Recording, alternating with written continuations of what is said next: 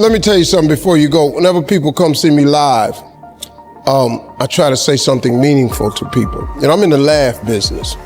That's my gift. That's what God gave me at birth. Your gift is the thing that you do the absolute best with the least amount of effort. I want to tell you something that can help enrich your life. It's a sure sign from God that he ain't through with you because he wakes you up in the morning. When he's done, you won't wake up no more. But as long as you're waking up, that means he has something for you that he hasn't been able to give to you for whatever the reason. I'm gonna help you get to that reason a little bit quicker. I wanna tell you something that I learned that changed my life. I was reading a book one time that had a quote in there from Albert Einstein. And Albert Einstein said, "Imagination is everything. It's the preview to life's coming attractions." If you think about that, that's a really, really true statement. Because everything you see in this world came from somebody's imagination. Everything. Somebody was talking on the phone one day, on that wall phone, connected to the cord, and tried to walk and it didn't go no further. And he wanted to just go outside and get something out the car. Somebody said, "You know what? I wish I could take this phone outside." Everybody in here got a cell phone. It was in somebody's imagination. Somebody imagined that. Somebody imagined everything. Somebody got tired of walking. Somebody got tired of driving cars. Somebody said, "We're gonna fly." You're not finna fly. Everybody in here done been on a plane. See, your imagination is the evidence of things not seen. You know why they call it the evidence of things not seen? Your imagination, you the only one can see it. You're the only one can see it. See, so all this stuff you've been imagining was not some hocus pocus. When you imagine stuff, it's actually God showing you a preview of a coming attraction he has for you. That's what your imagination is. Why do you keep imagining yourself with a second home? Because God wants you to have a second home. Why do you keep imagining yourself in a supervisory capacity on another job? Because God really wants you to have that. Why you keep dreaming of opening a business one day? That's because that's what God really got for you. And he put it in your imagination. The problem with your imagination, though, is you tell it to the wrong people. If you want to kill a big dream, tell it to a small-minded person. You can't, oh man. Think about this in your life. How many times have you had this really incredible idea and you took it to your family and your friends? You shared it with them and they shot it down. You know why they shot it down? Because they couldn't see it. Because God didn't put it in their imagination. He put it in yours. It was your evidence of things not seen. See, all this stuff you've been imagining, you ought to start working on it. Because that's what God really got for you. Your real life is in your imagination. I'm here to tell you that. You think I'm here by accident? I'm here because he put this in my imagination when I was 10. When I was 10, he showed me I was gonna be on TV. That's all I ever wanted. The assignment when I was in the 6th grade was everybody write their name on a piece of paper and write what you wanna be.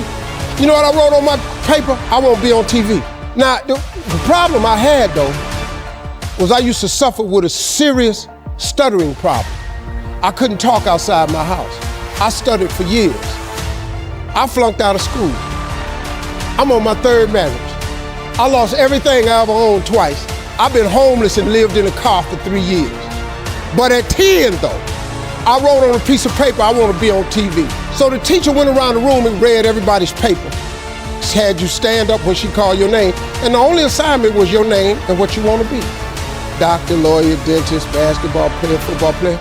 I wrote I want to be on TV. She saved me for last. She said, "Little Stevie, come to the front." Now I'm thinking, I'm going to the front because I got the best answer. Because ain't nobody had put that on their paper. She called me to the front. I'm thinking I'm finna give me a gold star.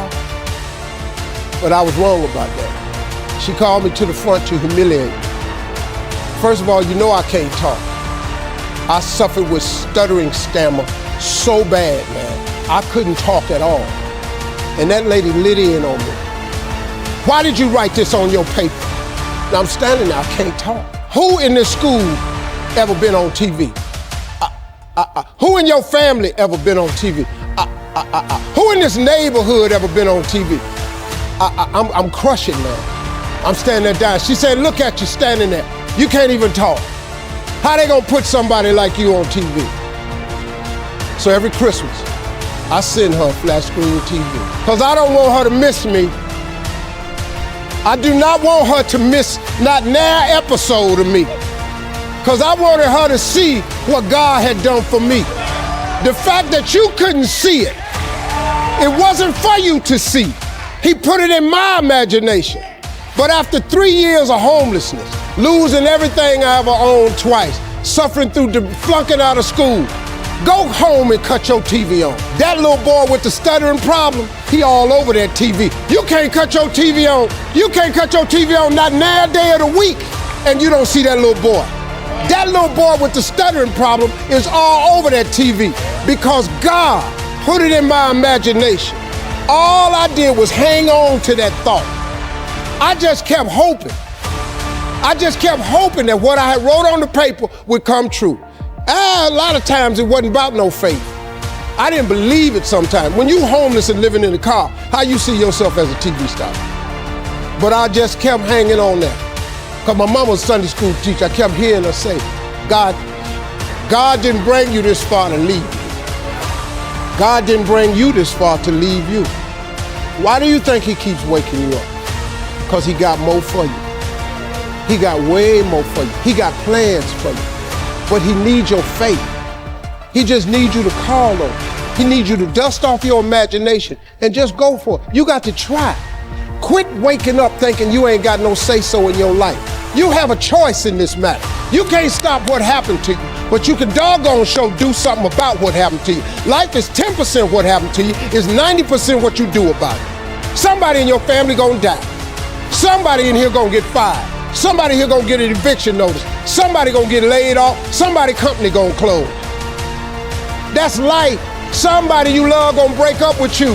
That's life. But what you gonna do about it though? Since it's gonna happen anyway. Trust me, go home and ask God to open up your imagination and then pursue it with everything in you and watch what he do for you. Appreciate y'all.